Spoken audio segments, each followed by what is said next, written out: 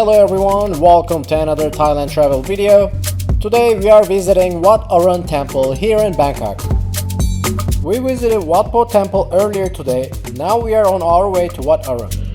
So if you're curious about the Wat Po temple, you can watch that video simply by clicking the link at the end of this video, or you can check out on my channel under the Thailand playlist. You can see the Wat Arun right on the other side of the river, but we gotta find the pier to catch the boat to cross the river. We are running a little late. As you see, the sun is about to set, temples are about to close, and next 3 days everything will be closed because of the Thai New Year and Songkran festival. And here we are on a dead-end street. After a short reroute, Google Maps put us on these back alleyways. According to Google Maps, seems like we are very close, but we are walking on these narrow alleyways and doesn't seem like we are on the right path. I'm actually very surprised Google Maps knows all these back alleyways.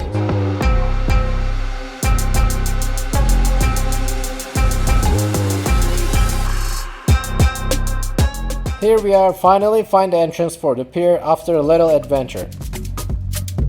Not much of a signage about the pier, but thanks to Google Maps, it knows exactly where we need to go. Here is the pier with all the gift shops, but we don't have much time to shop around. If we would have walked on the main street, it would have been much easier to find it. But hey, we're here for adventure. There's an old Thai quote says, just follow the phalanx and you won't get lost. By the way, phalanx means foreigner or western in Thai language, just like gringo in Spanish if you're familiar with it. The boat ride is only 5 baht, which is 14 cents US, so it's always good to have change while you're traveling in Thailand. Here it is, our boat and the Chao Phraya River.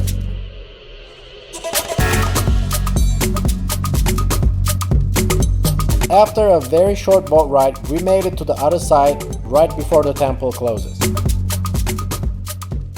The entrance fee for the Wat Arun is only 100 baht, which is $2.85. Let me give you some information about the temple.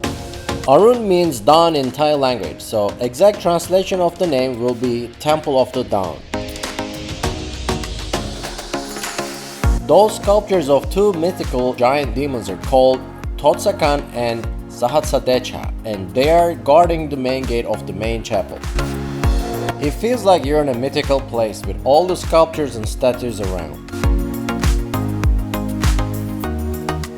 Wat Arun initially built in the 16th century and then some additional buildings added in the 18th century.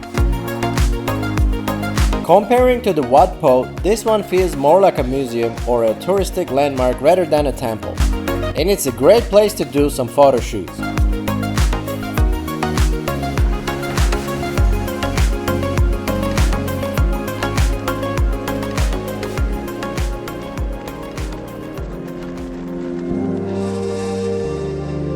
This is probably the prettiest temple I ever seen in my life. Look at all these details, it's really gorgeous.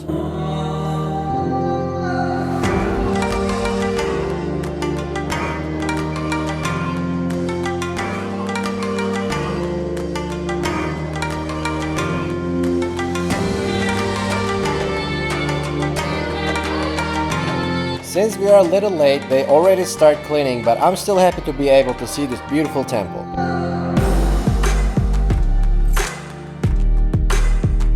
So much details on every corner.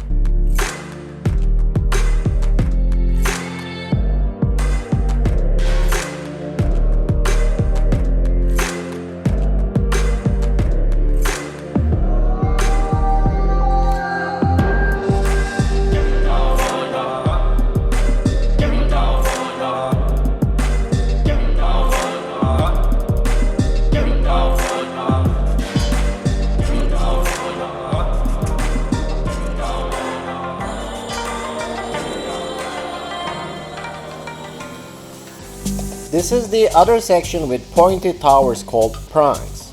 Those are probably the most iconic landmarks of the Bangkok.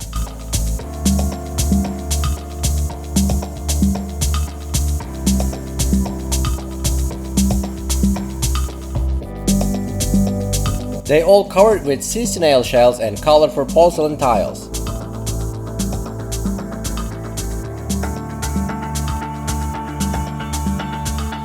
There is one main prong in the middle and 4 smaller ones around it. The main prong in the middle is 86 meters or 282 feet tall. You see a lot of people wearing traditional clothes around the temple. I'm not really sure, but it feels like they're having a graduation ceremony or they already just start celebrating the Thai New Year Songkran.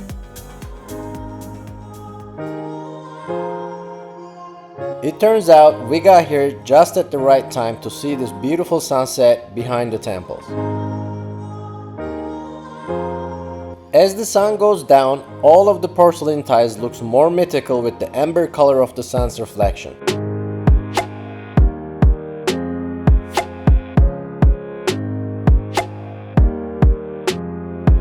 This is probably the signature scene of the Bangkok with all the smoke and haze in the air caused by 11 million people living in the city and the sun hitting in such an angle to turn the sky amber red. If you are in Bangkok, you should definitely visit this beautiful temple.